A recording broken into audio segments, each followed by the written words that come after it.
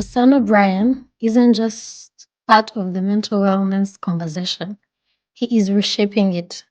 As the founder of Achilles Space, he is building spaces where young people across Kenya can speak freely, feel seen, and confront what's often left unsaid. His work blends empathy with action, turning silence into honest dialogue and connection. Rooted in his own journey through identity, belonging, adversity, Osano leads with authenticity, not theory. Whether in classrooms, correctional facilities, or community circles, he shows up for those too often overlooked. More than a mentor or a founder, he is a thinker challenging what support for young people should look like. This is Osama Brian building change, one real conversation at a time. Every person has a story. Some loud, others are buried in silence. And here we bring them to light. Some conversations change how we think, others change how we live. This is a space for both. Welcome to In the Quiet podcast, where honesty isn't filtered, but silent cups are filled. Welcome back to In the Quiet podcast, where silent cups are filled. If you're new here, I am Kenzuri, your host. I hope you are doing well and your silent cups are being filled. Today, I'm not alone. I'm with a guest, as always, and is a special guest you've had. Thank you for being here, Osano. You're welcome. I am excited. I am looking forward to the conversation we have today. And also for me, looking at it as a point to fill my silent cup. That's beautiful. Thank you. Yeah, if you're new to the community, please subscribe on our YouTube channel down below and on our Apple Podcast and Spotify. And as you've heard from the last episodes, we were talking about family dynamics. We started a series on family dynamics. That's something that I was so passionate about. And today's topic is not far from it. It is still in that field of family dynamics, where our topic today is family dynamics, including dysfunction of family and mental health and healing. So that's why I thought to have Osano on the podcast today. Yeah, so let's get right into it. Okay. Yeah, and I wanted to ask you about your definition of family dynamics. So when it comes to family dynamics, what do you think it is today? And what do you think are the pressures that young people are facing from the family dynamics? When you talk about family dynamics, I think it is very diverse. We come from different families, different realities of families and all that. There are families which, quote unquote, make sense, and there are families which really, which we'll look back into and like, it's not the best, but yeah, this is what we got. And I look at family as our first classroom. Families are very important in shaping how we view life, how we look at different realities and all that. It is the first place where we learn how to love, the first place we learn how about identities, the first place we belong and all that. So for me, families are very important. It's a conversation that I'm really passionate about because at the end of the day, it is the first point of contact for us. So we are born into family, and the realities of that family will get to shape you and how you look at life. So they're very diverse. And my understanding of family dynamics is how different families operate, how different families relate, how different families, the realities within different families, because they're not the same. They're not the same. And I've had a conversation about families with most of my peers and all that, young people, and then you'll hear something like, or you'll see a meme and a quote something like, the most important decision you can actually make is the family you're building. True. It's not sometimes we cannot change the families we come from, but we can do something about the families we're building. And what that does to me, it awakens that reality that there are people who are looking at it from a very intentional angle. But also, family dynamics can push us in very extreme angles.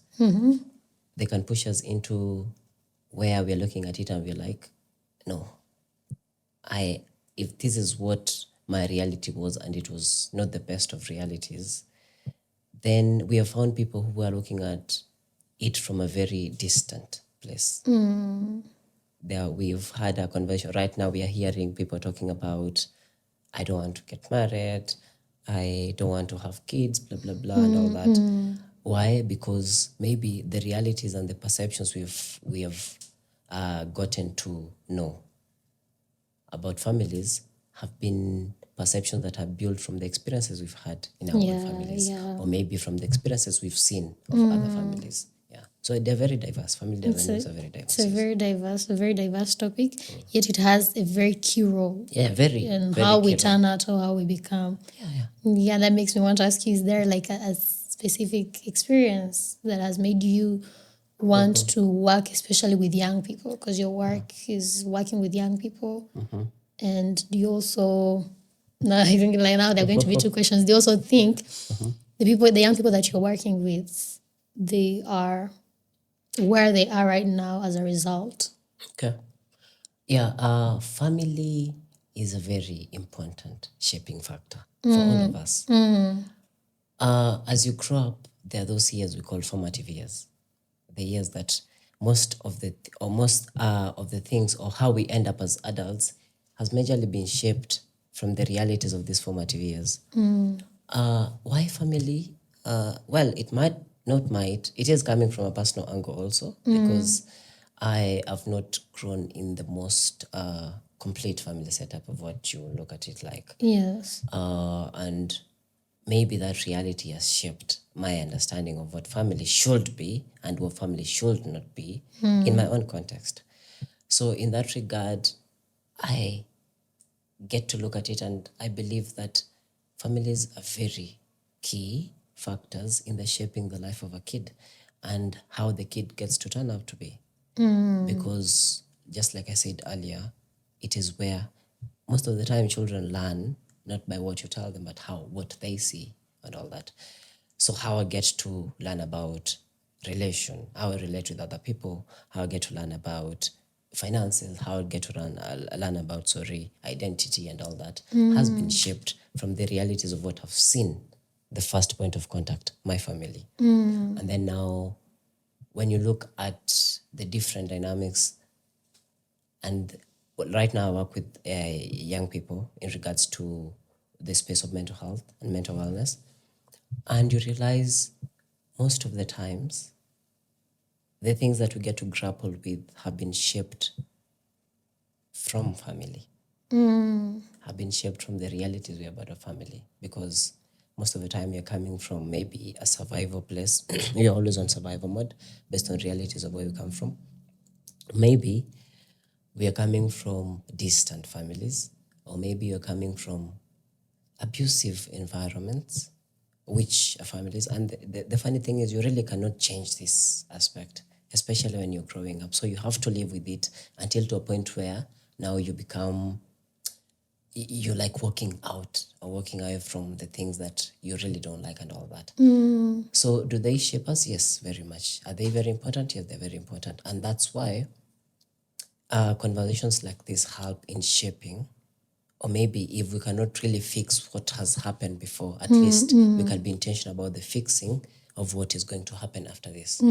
So as young people, talking about families, talking about the realities of families is a very crucial matter, is a very crucial point, because then it allows us to look back from where we come from, Yeah. the realities of where we're coming from, the things that we have lived, the experiences we've had, the good and the bad and the ugly. Make peace with that fact, because at the end of the day, that has happened. Yes. That is all in the past. But then it is shaping what we are in the present. Yes, yes. So the first point of understanding this is accepting that has happened. Because the first point of healing is acceptance, yeah? Yes, yes. Yeah. Accept that this is what is happening. That's the reality of what is happening. But now the But the cycle, you see, when you see the cycle has to end with me, sometimes it is not the best of work to do, but is the most essential work to do.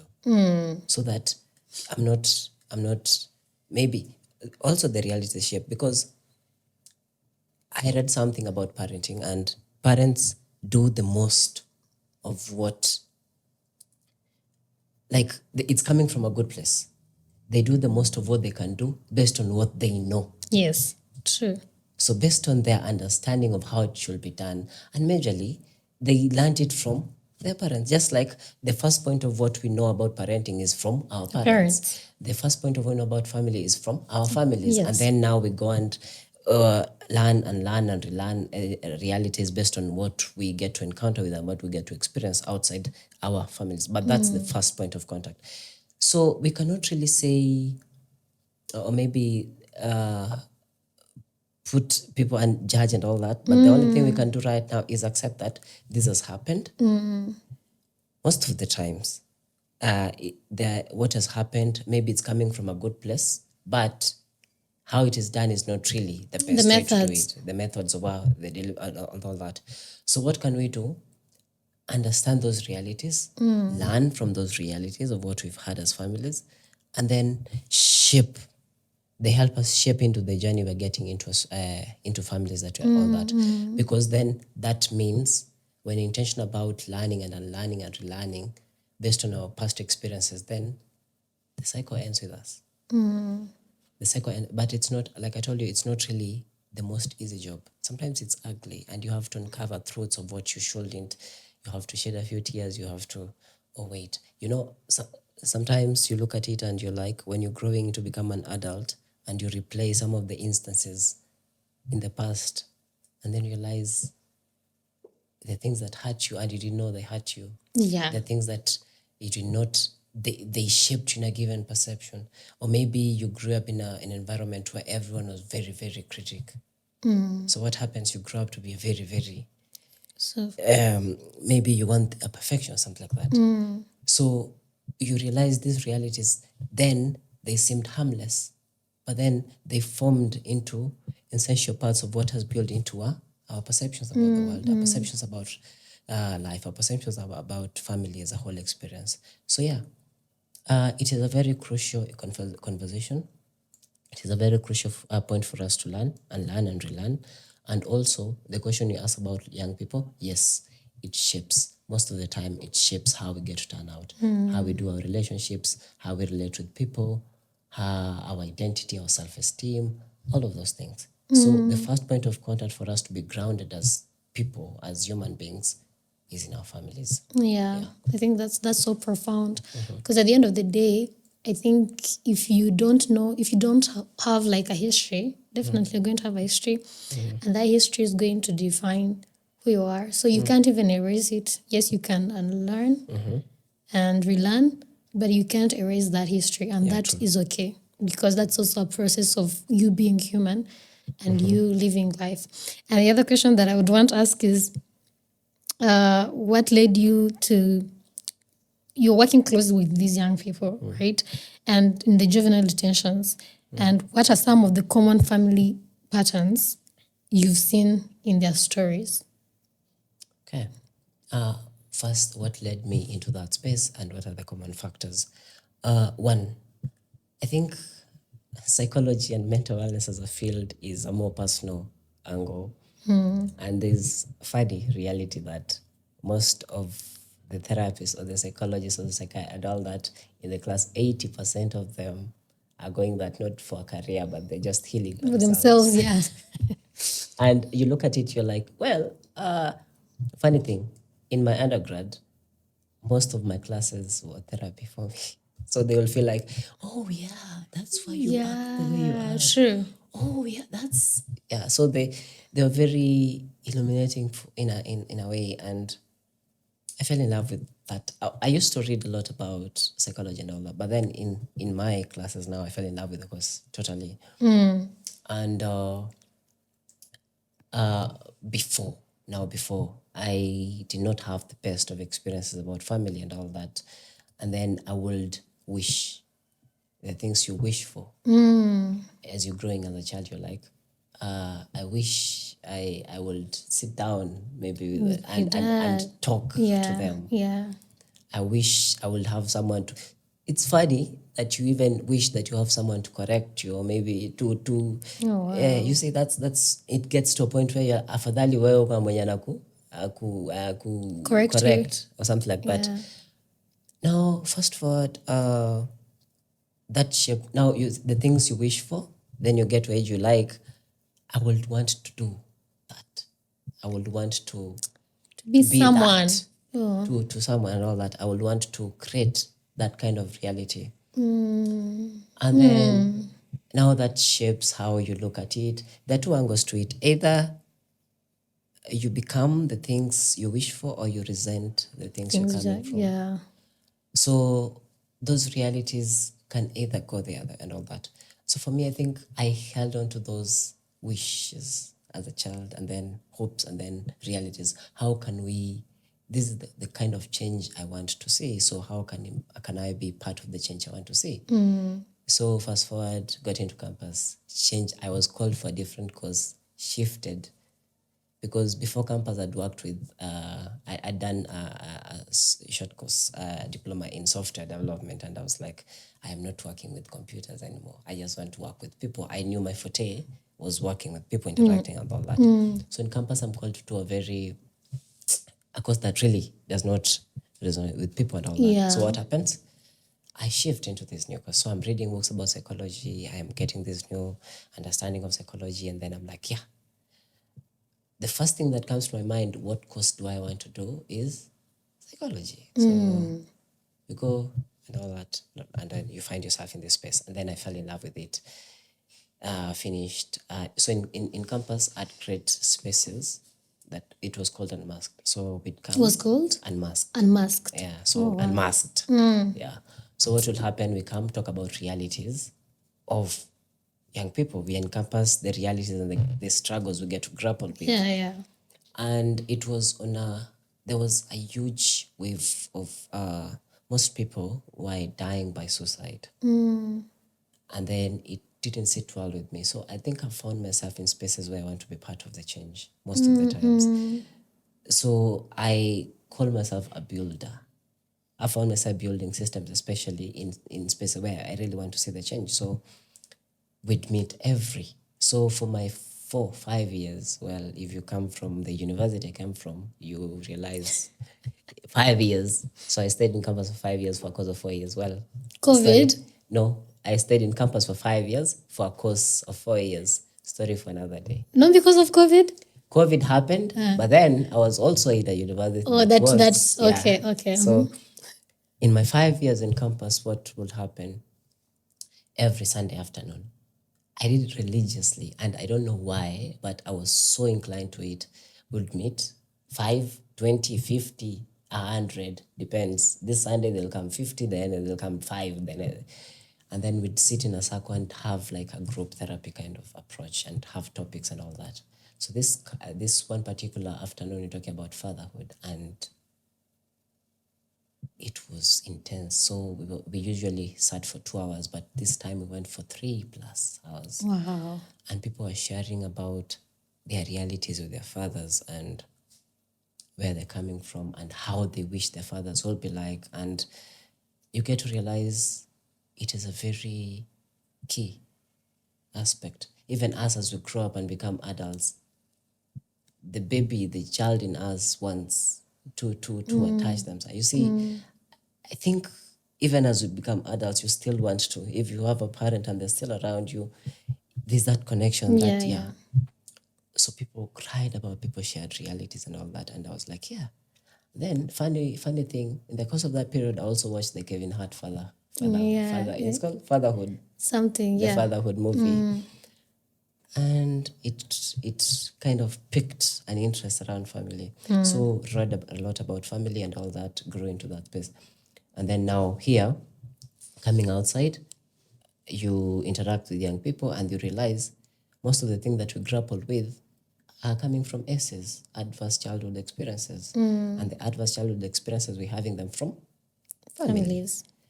And these are in our most formative years, 0 to 8, where the perceptions and and all that is built. So what happens is I realize, by the way, if we had stronger, we had intentional, we had safe families, then most of the things that we get to grapple with as adults are cut out. So we'll have a sense of belonging, we'll have our self-esteem will be at point, because we are coming from a very grounded place, because it's a foundation of who we are. Sometimes when you're doing the work, you have to go back and work on that foundation and all that. So this has happened, yes. We really cannot change it. But the first point of it is acceptance. Yes. Accepting that, yes, this is where I'm coming from. Healing from that. And healing is a process. It's a whole journey. It's a whole journey. It's a very, very needful work to do. And it's a whole journey. And then at the end of the day, we are not remaining there. We are building very resilient young people. What are some of the things that I see in families that we have normalized? That's the question. No, the question was the patterns that you're seeing from the juvenile detentions that you see that are common in the stories of these children that are family dynamic sort of patterns. I think the most common is absent. Absent parents. The families are not, the parents are very absent, so they're distant. So these are growing, like they're actually taking care of themselves. Yeah. They're children, but they are growing. Parenting themselves and all that. And the other thing I've seen, especially in their reality, and we talk about it, is abusive families. So you'll find maybe a parent is a drunkard or something like that, and then they'll come home and be very abusive. Or maybe even not physical, sometimes verbal. I think verbal is the most. I don't know if it's, but lately it's changing. The African society, it was, you'll hear a mother saying the kind of oddest things, and it's just normal. Yeah, but now about what you're saying about absent, I want to know, before now we go to that abusive, I want to know the most absent parent. Who's the most absent parent? Is father. Yeah. So most of the time, we have absent mothers and all that, but most of the time I've seen absent fatherhood has really, really taken a dent, most of them. Because you'll hear maybe my father is not around, my father is always outside, so you'll have maybe a present absent father who just present by the virtue of being a father, but they're not in your life at all. At all. They're also those ones who they are being raised by single moms. Totally. Yes. So that kind of gets to impact them. You know, I believe a father is a very crucial aspect in a child's life because they come with a sense of order. And authority. They come a sense of authority. They come with a sense of grounding. So that as you're growing, yes, I have to do things in a given way based on that kind of understanding of what the father is setting. But also, you're anchored. You're anchored to this person that I can actually run to when I need a place to hold on to. So when this is not there, also, I'm not saying mothers are doing really great job, but we cannot really discredit the role that a father has to play. In the sense of, you can see the different dynamics of how a father and the mother relate when they're raising a child. There'll be, with a father, there's that sense of authority, there's that sense of orderliness and all that. And then for a mother, it's a balance. There's a sense of emotional connection, so that we are not raising hardy, but not emotionally aware kind of children. Yeah. And we're not raising emotional, not kind of orderly or resilient kind of children. So there's this kind of balance and all that. So all parents have a role to play in raising a child. But then when this is not, you realize then there's a gap. So what this happens is, and that gap will always be filled. It will be filled with something. You will find something to fill it. Yeah. Because we're having a conversation, sorry to cut you short, about the absent fathers. We're talking about how it's someone who pointed it out, that was her opinion. So saying that most of the issues that we are seeing in the family aspect is due to how most fathers are absent. So what you were saying about mothers ending up being abusers to the children, it comes, most of them, when you look at it, we haven't done any research, it was just a conversation, that when you look at it, the frustration that mothers are having of raising these kids alone. There could be someone. So because of that frustration, they end up abusing these children emotionally, even physically, even verbally. But they were trying to trace it back to the absence of men, of fathers, being present fathers. I just wanted to hear your take on that. Why do you think fathers are absent? Why are men absent? Why do they run away from the responsibilities of being fathers? Good question. Running away? I don't know. uh, good question. Now I'm thinking about it. Why are fathers absent? Well, one, when you look at society as a whole and all that, the whole understanding of what family is supposed to be and what family is right now kind of detached. Fathers being absent, I'd credit it to, I think there's this kind of Lord. Well, one, before you even go to the Lord, maybe we have young men who are becoming fathers before they know how to become fathers, not planned. So what happens? They think the only point of escape is distant and all that. But also, there's this kind of reality that men have to go through. And I'm not really saying being absent is the go-to kind of approach, but I'm trying to understand maybe the kind of realities and the hardships or maybe the struggles that you have to go through. And Placed on them? Yeah. It's their role to actually do that and all that, but still, it is not in a very enabling environment for them to be able to deliver in that regard, yeah? And then they do not talk about these issues. So most of the men don't talk about these issues. So what happens? They feel like it is a load and a load and a load. The most the common go-to thing when you actually being faced with a hardship is like, you know what, distant and avoidance. So I would say that could be the other approach. That could be the other reason why there's the whole notion of absent fathers. Makes me want to go and now deeply understand. I've never really thought about it like that, but makes me want to go and deeply understand why do we actually have the issue of absent fathers on the rise. But also, I think marriages as a whole there's a whole. Okay, let me give an analogy before I even explain it. When I have a radio and my radio is broken, what is the first go to? Fix it, yeah? Or find a phone to fix it or something like that. But in this generation or in this reality in our world right now, we are being told when a radio is spoiled, what do? Throw it away, find another radio. So let's go back to marriage. We are in a marriage, we have a marriage we have kids and all that. And it's a relationship, it's human, and we'll always have those points where we clash and all that.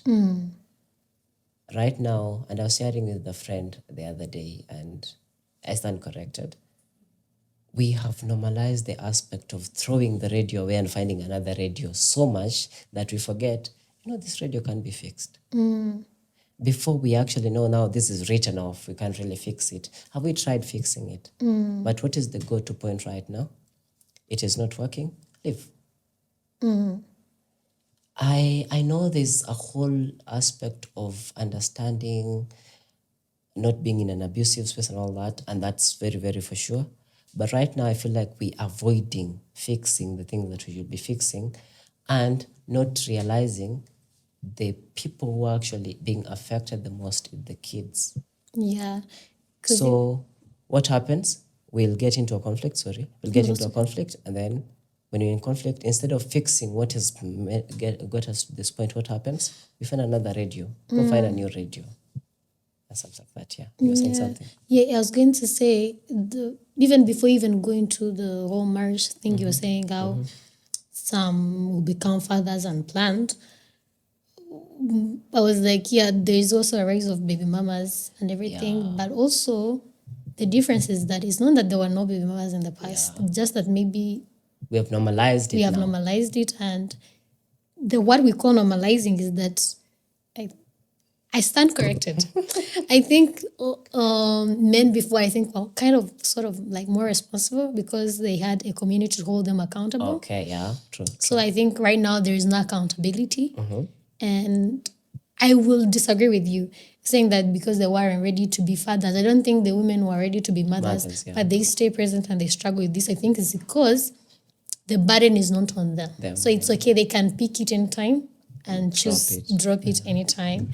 There is that, but I feel like the increase of not holding people accountable, like there is no accountability whatsoever when it comes to certain decisions, especially if they are not attached to you. Because when you move as a man, there's no one who's going to say that you are a baby daddy, like you're you have how many children out there that you're not taking care of.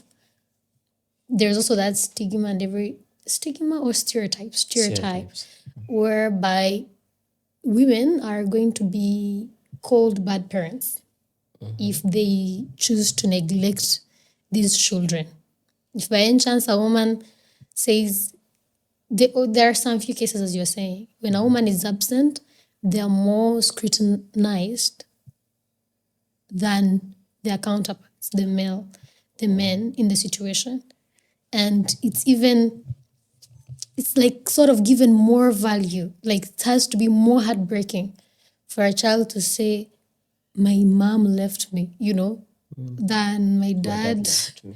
I don't know, maybe it's because we have very many people who their dads have left, that we've normalized it and we're like, that's okay. But when we say, my mom dropped me off somewhere, like we give it even more value.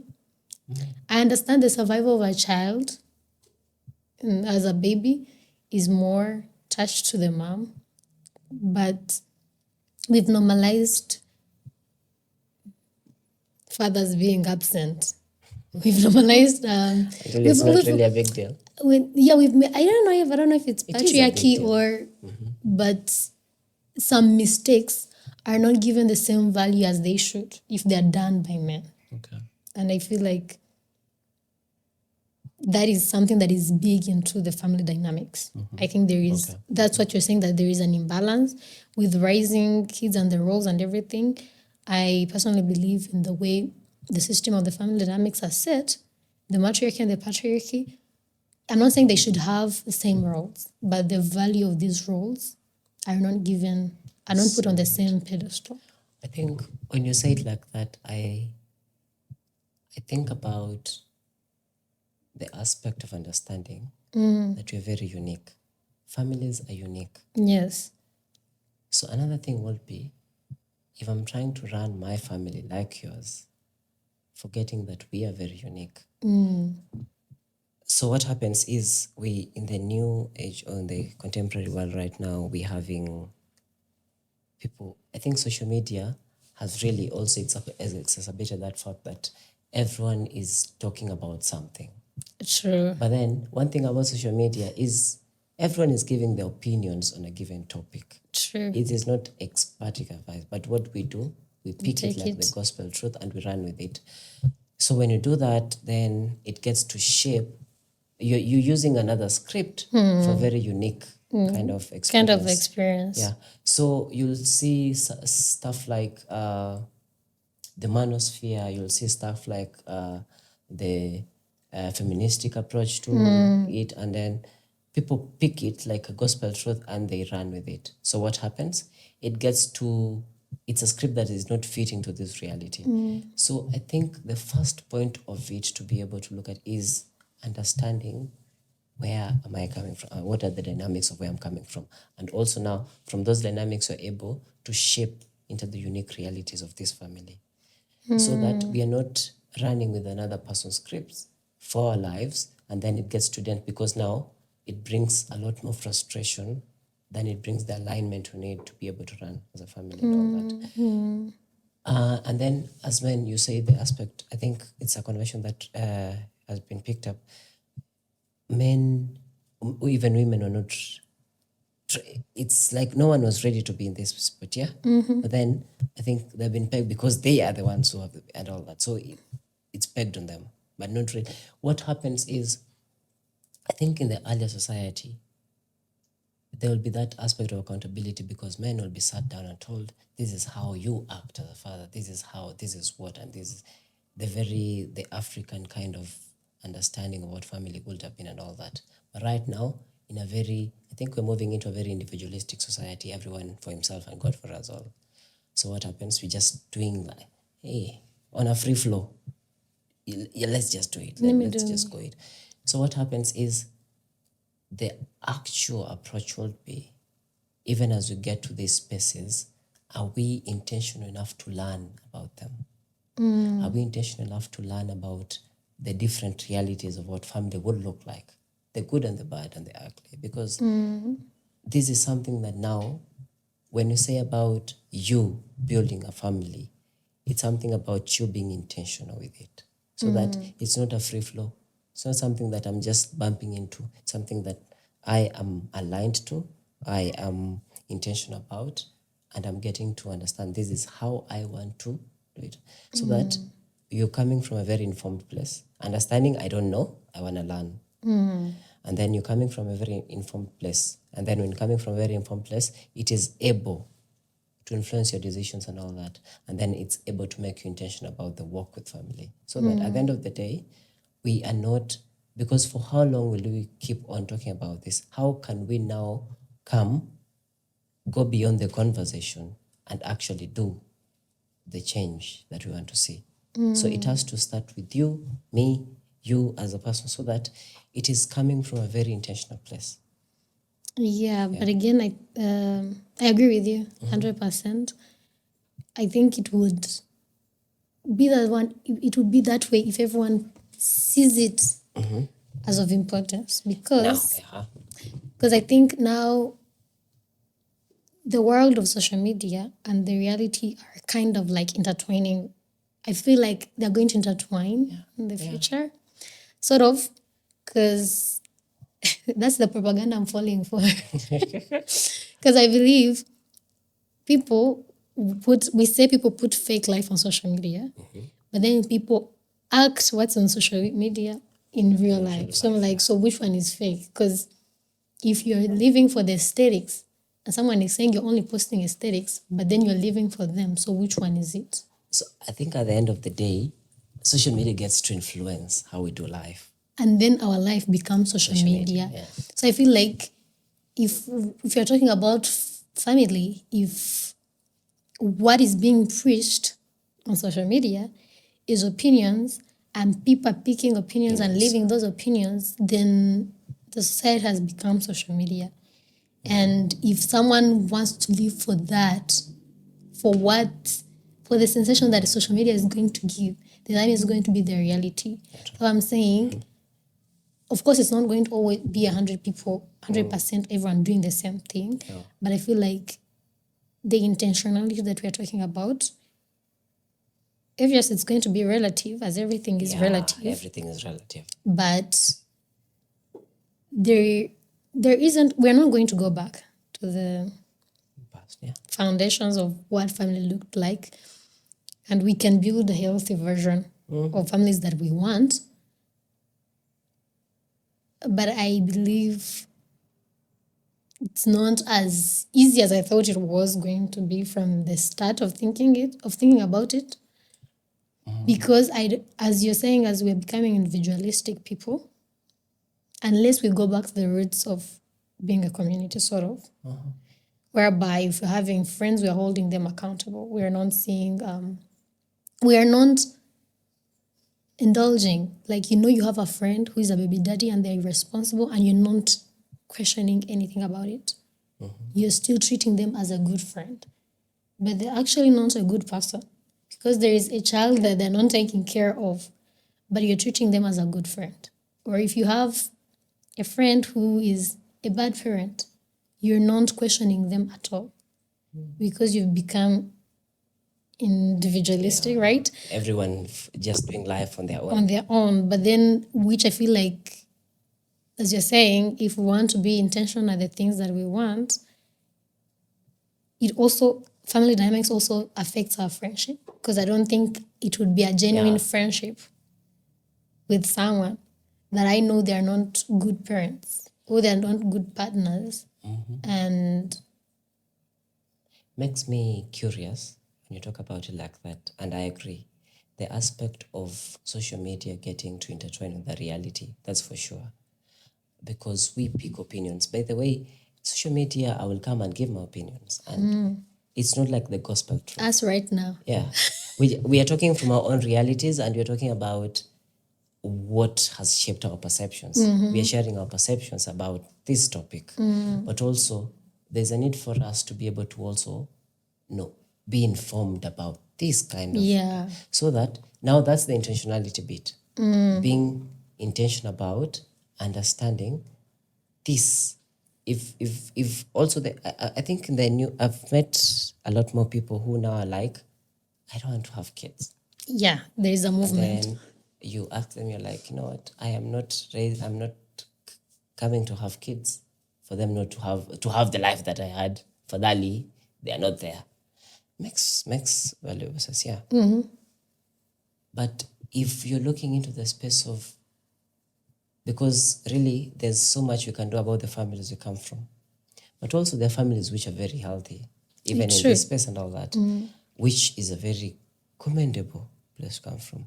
But then you realize they are very intentional about this thing. Now, as a person, I'm looking into family. I will want to have a family someday. Am I intentional about understanding the different dynamics, the nitty-gritty of what family needs me to do as a person? The choice of the person I want to have a family with, that's also another thing, because then we have to be aligned and all that.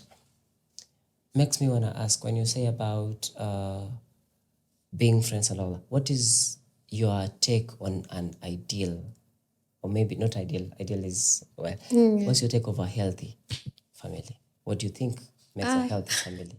That's a hard question. Because I won't say it's relative, because now you've just asked me what I think is healthy. I think a healthy family for me is a present everyone. Presence. Yeah. Now that one, thank you. You're reading the script. Very nice, very nice. I feel like we are like presence. What do we do? Or what did our parents do?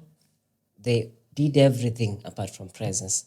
Presence is a very crucial thing, because when you're present, then there's that, and same way when you show up for your friends and all that.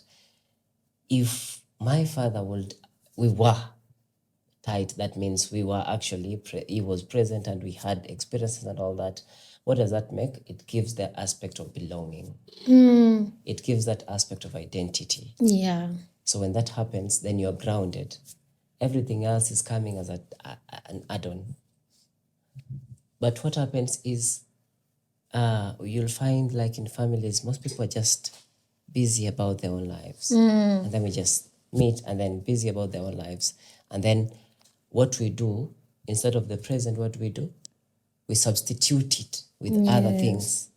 So at the end of the day, you'll have done the most, but when presence is really not there, what happens? Then we're really not grounded. We don't have that sense of belonging and all that. We're lost.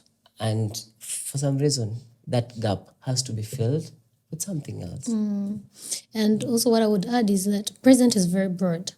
Presence is very broad because some of our parents thought by being financially present is all what presence meant. So maybe what we would call fundamentals is emotional and physical presence. I think is able to fix all the others, because you'd say maybe the excuse maybe would give you be like, yeah, my dad was there. He loved me in the ways he knew how to. He was present whenever I felt sick. He was with me to the hospital, and he may not have had the money to take maybe to these other things, whereby instead now we're like, yes, they provided for you financially, they did for you everything, but you feel like they were not there. When you look at your memories when you were sick or when you were happy at school, recitals, they were not there, and you're like, my dad was never available. Yeah, that school, they're the ones paying that tuition for that school. But I think there has to be that grace and balance again, because you don't want to go to the extreme of understanding that maybe their presence, as my last guest said, they thought maybe their provision was their form of They were doing the most how they knew how. to. Yeah. Yeah. And giving them that grace, understanding that it's okay, but then that's not an excuse for us now, because now for us we know better. Informed. Yeah. Maybe for them, these conversations of mental health, it was a rumor. I think also, as you said, I remember I've had a conversation with a friend, and they say they prefer their broke dad more than this that they have right now. Oh, And it was better when he didn't have money. And then you look at it, you're like, okay, the dynamics have shifted. But then you realize, as we're talking about it, I'm realizing it's a very, very deep conversation. And maybe some of us, if not most of us, are grappling with family. But then you see, when you hear someone say something like that, then you realize most of the time we value the physical and the emotional presence, and then all the other things are add-ons. They're add-ons. So there's an aspect of balance also, because they have to go out, and you have, even as we get to have families and all that, we have to go out and we have to make and build and create and wealth and all that. But then, are we intentional about creating the time? Are we intentional about being present? There's this, have you seen these videos on social media where the kids maybe are doing ballerina or school, or they're graduating, and then the caption is showing up matters. So the child is just absent-minded and all that, and then they see their parents and they're all Light, latchy. yeah. And I'm like, yeah, that is what speaks to a child. true. That's what speaks to a child. And even as we grow older, you realize maybe you're craving for the attention of your parents. So that sometimes you do the things to be able to crave the attention of our parents. Could be good and bad. Sometimes we want to have a parent tell you, you did great. Sometimes you've seen how there are people who go out of their way to be able to make their parents proud. That means something. True. But then when it is not appreciated, then it builds a perception around me. Maybe I'm not really good enough. They as don't much as even what- care. Don't even care. Nobody cares about me and all that. So you come out to the world with that kind of perception. No one cares. If my parents don't care about me, because that's the perception. Yes. So, yeah, my parents are the closest and they don't care. So really, no one cares out here. I can do whatever I want. Yeah, and all that.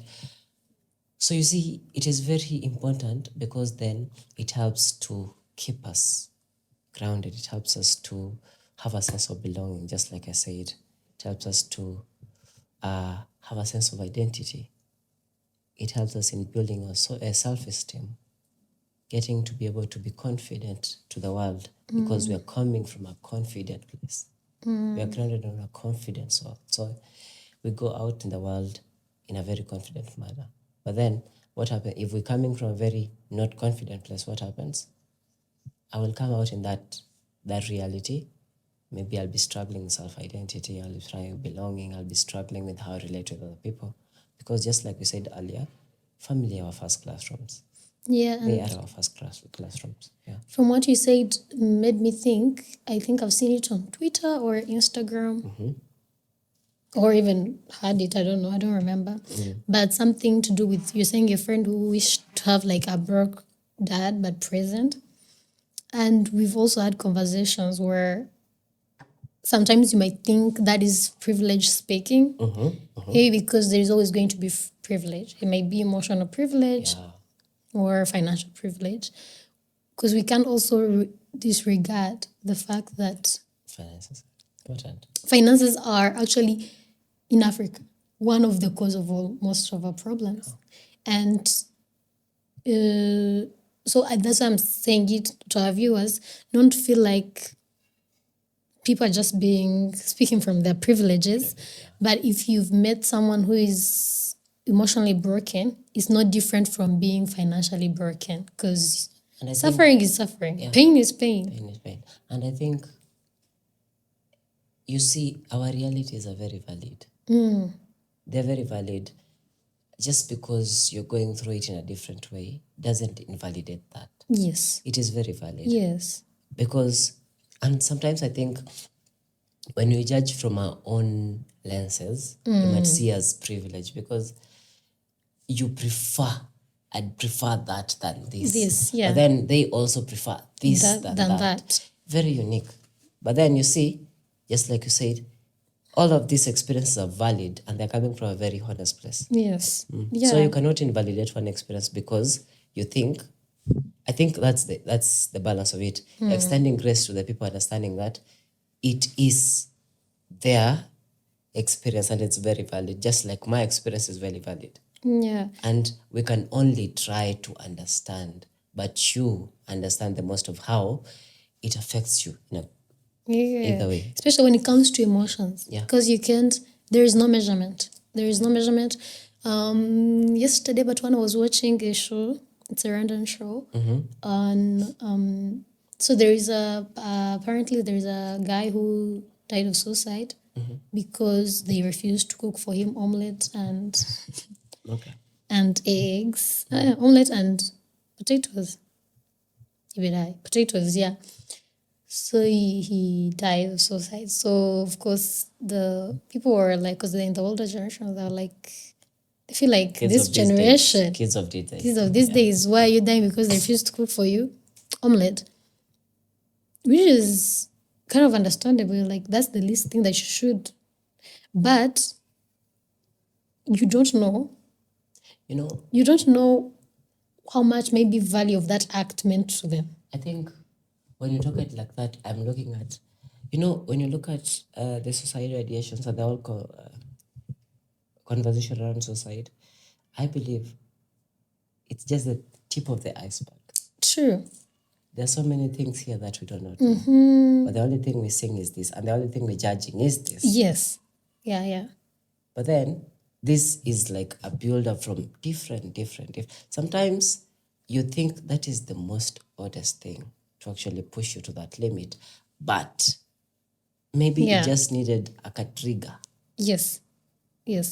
Because there's so many things. So before we actually get to that judgy lens, can we extend grace and realize that these experiences are just very unique and they're coming from a very unique point, and maybe what we are judging is just the tip of the iceberg. We do not know, and we can only do more. We can only do the most in trying to understand, but we cannot really understand it the way you understand because it is your experience. Yes. The only thing we can do right now is extend that helping hand to be able to walk with you through this experience. But then we cannot walk your experience because it's very unique and very unique to you. Yeah. So I think that's another way to look at it. Just as we're saying, every family is different. Yeah. Every individual is unique. Even if you're from the same families, even if you're siblings, you're going to have a very unique experience in your family. And that makes me want to ask you, leading to our last question is, are there like behavior or environments many people think are normal in our families, but you've seen can actually be deeply harmful? Yeah. I think, there is, first I'll say, yes, there is. For instance, let's look at the African context of families. Constant criticism. You'll always find it is normalized. There are families where constant criticism is normalized. Why did you blah, blah, It's a form of parenting. So it is like, for the parent, just like we said, that's the way they know how. And it is coming from a good point. If I criticize like this, they'll do it better and all that. So I'm doing it right. So that will be able to, so when that is normalized, at some point it pushes us to different extremes. The emotional disguise. The families were really emotional distant. Emotionally we are family, but distances. So what happens then? That's another issue that we have normalized, which is a behavior that I think gets to impact us. And I think I actually looked at us. There's something, the environment, this is something that I read the other day. Environments where emotions are dismissed, where a young person is told to be strong instead of being heard. Over time, this teaches them to suppress rather than express. So when we get to a point of suppressing more than expressing, you realize suppression doesn't disappear. It doesn't. Yeah. So let's look like we are stuffing air into a balloon. Stuffing. What happens? Burst. So the same way, you're suppressing all this and suppressing all this, it will find an escape. So that's why you find ourselves in this different kind of realities and grappling with mental health kind of challenges, because these oppressions, they have to find a letter. So what happens is this kind of approaches and the things that we've normalized, they're really not healthy. It's not the best way to do it. Yeah. But then when you say it's the way we know how, then this gives us another challenge. The challenge is, can we now get to be informed on the healthy way to do it? Can we get to be informed on how should we do it better? Yeah, and what I would add on is, can we also welcome that information, that new version, like not fighting it? Because I feel like there is a push and pull between. There's a push and pull between, for sure. Between the generation that is now getting information. Because you see, they're like, you are coming from our time. We didn't. We went to school on. You see that convention, how I think I've seen it.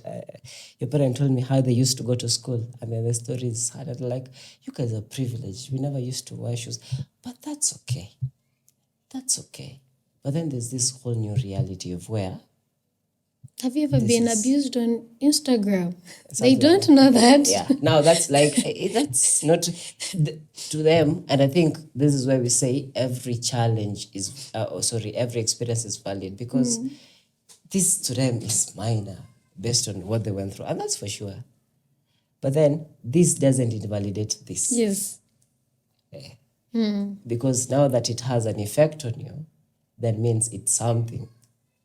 Now, this one that is big and maybe more intense doesn't invalidate this that they think is not intense. So at the end of the day, what do? We are creating a space where we can come together and have conversations about these things, even as a family, and extend the space for them to be safe, to be able to share. Now welcoming that, okay, this is where you're coming from. Now they are actually trying to understand where we are coming from, or where the children are coming from. Where do we meet? And then how can we now together, not parent versus child, parent and child, not sibling versus sibling, sibling and sibling. How do we then create a space where we can thrive together? How do we create a space where we can heal together? How do we create a space where we can learn together? Because at the end of the day, these realities are changing. The times are changing. And then this also, we cannot really use the old scripts for the new seasons. Yeah. Oh, that's very deep. We cannot use old scripts for the new season. We're a new season. We have to come up with different ways to tackle these challenges. Just like how our society has evolved, our mentality also has to evolve. Yeah, true. We shouldn't be stuck in an old mentality, but also let's not leave out what works for us best. Yeah. If there are best things that are working for us in the old season, let's carry those things into this new season. If they are practical, if they can actually work. Let's not leave them out. And if there are some new things that don't work actually, they're new, but we can unlearn, relearn. Yeah, we can make them disappear. Yeah. Thank you so much, Osano. This has been a very good conversation. Deep. Very deep. We felt like philosophers. And very intense. I think we're tackling such personal topics that are so close because everybody comes from a home. Yeah. And there's nothing like a perfect family because there is no such thing as a perfect person. So if we are imperfect people, and that means we make imperfect families, but understanding our imperfections and giving each other grace and finding how to raise healthier spaces, it will create better communities for us all. So I can't thank you enough. Thank you so much for being here, for sharing your wisdom and your time, and for having such a beautiful space where you can offer correction. That was something that I got. There are people out there longing for someone to come and show them where to go, what to do, what not to do. And I think as you share it like that, one thing that I will not forget to remind us is that we will always find ourselves in these kind of challenges. But then it doesn't mean, also another thing about life, because life will always life. I always want to go back to helping us understand the need for resilience and tenacity, because as we go through these challenges, the experiences that are building our resilience bar. So that when you overcome this, your resilience is rising and all that. So as we go through this, there's a place for us to extend these conversations, to have this space and all that. But then we don't forget that we also need to build the resilience to be able to move through life, because life will always life. So even as we go through these challenges, understand like it's a space for me to learn. It's a space for me to pick new experiences. It's a space for me to unlearn some things.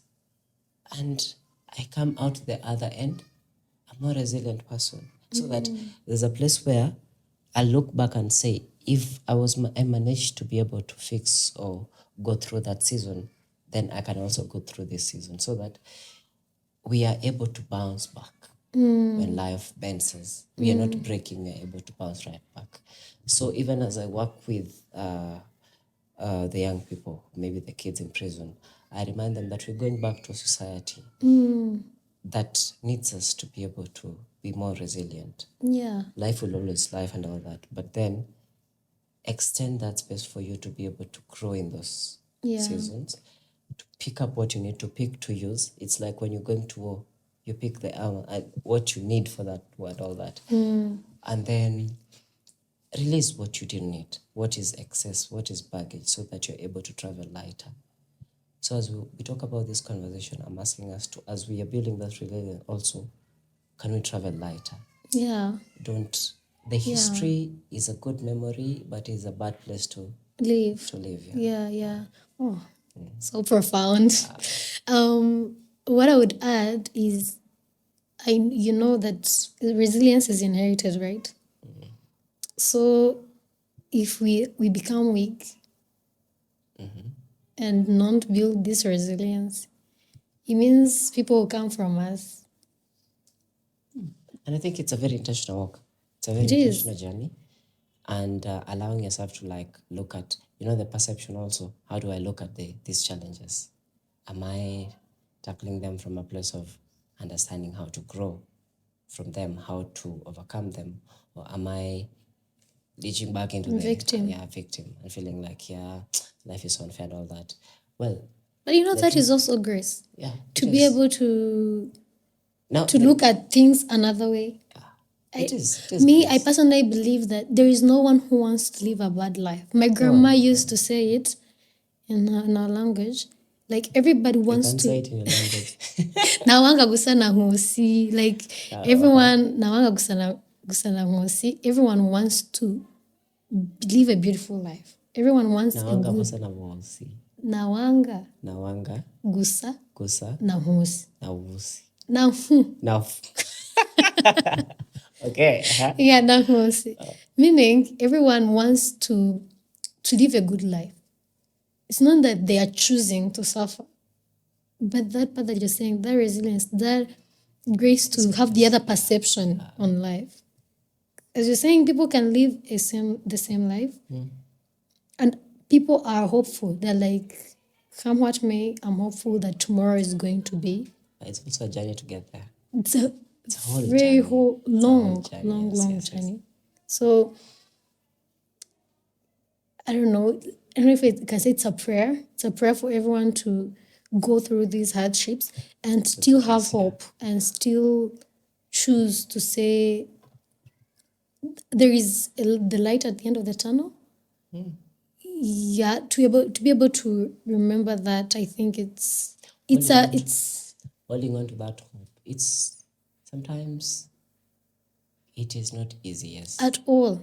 And extending grace to yourself first, understanding that as I'm walking through this, but then when you're going through it, or you're in this scenario, or you're in this reality, what happens? You feel like it's the end. You really don't see the clearer picture, even the light at the end of the tunnel. Convincing yourself that I will overcome this, or maybe I will go beyond this, then that's another journey. And it's not a snap on the finger. And that's what Extend makes grace as you build through that. Yeah.